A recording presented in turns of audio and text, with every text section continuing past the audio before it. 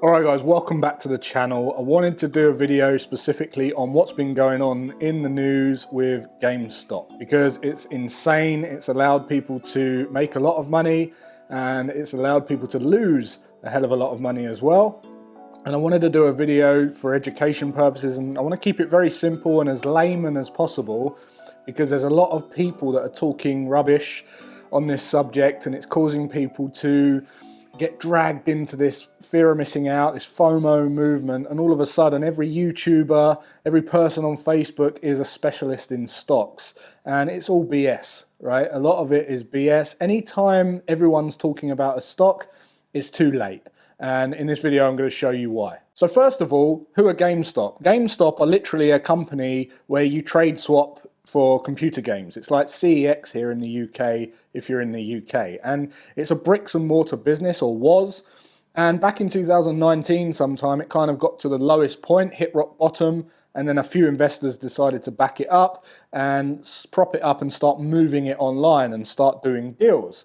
And they were moving most of their platform online and doing business deals and partnerships with likes of Microsoft and some private investors. So behind the scenes it was going on, but on the outside it looked like it was a failing business. It was a physical business, the stock price was dropping, and it actually became one of the most shorted stocks on Wall Street between mid 2019 to mid 2020, to the point where actually there were more stocks being shorted than actually existed. And I'll talk about that a bit more in a minute. But shorting a stock is basically borrowing a stock from someone, selling it on to someone else, okay, and then having a buy it back at a lower price and getting more for your money so you can give the stock back to who you borrowed it from and end up with a profit. Now, what this group on Reddit discovered was there was this unique situation whereby short sellers were having to buy back in to cover their losses,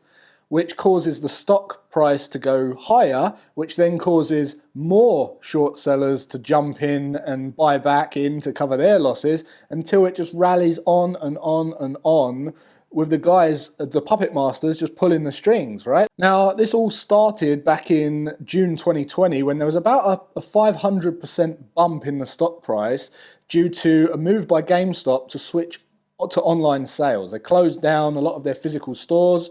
I think they might have closed them all, and they moved them online. And some investors come into play to get the company to do deals with Microsoft, to move their sales online and become a rival to Amazon. Now, what the Reddit community realized was that at that time, GameStop was one of the most shorted stocks on the New York Stock Exchange.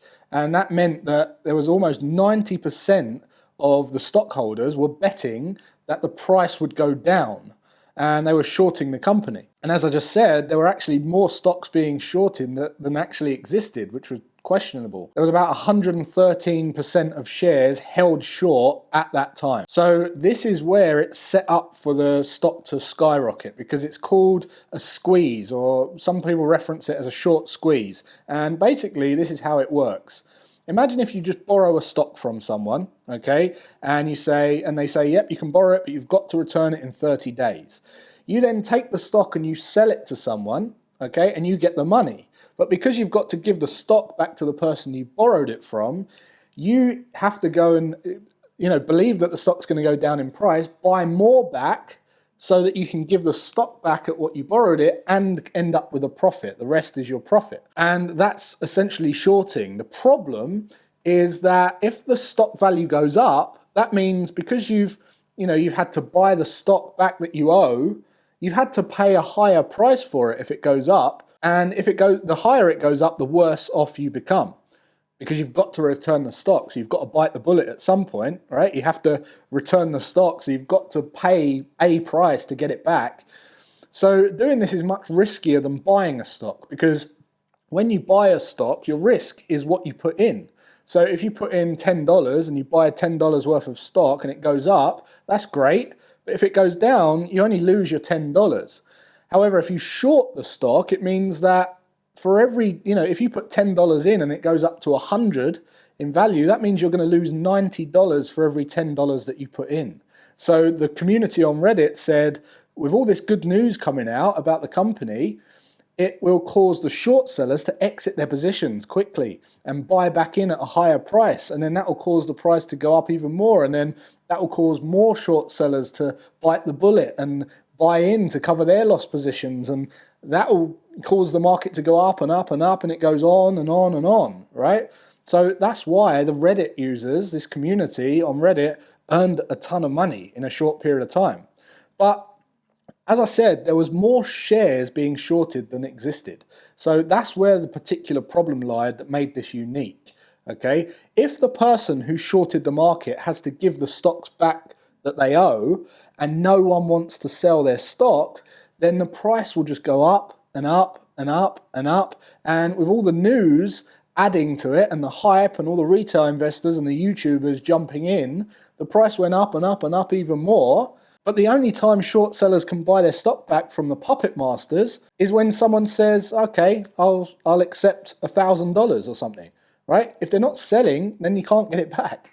And what the community did was they all got together and said, look, if we buy call options at a set price at a specific point in the future, that will cause the broker to go and get all the stocks, and that will drive up the price. And the short sellers will then want to exit really badly and really quickly. And because we're not going to sell it quickly, the price will rocket and we'll be in control and we'll all get rich and then we'll sell. Basically, the longer they hold, the more short sellers in Wall Street have to pay. But they have to pay.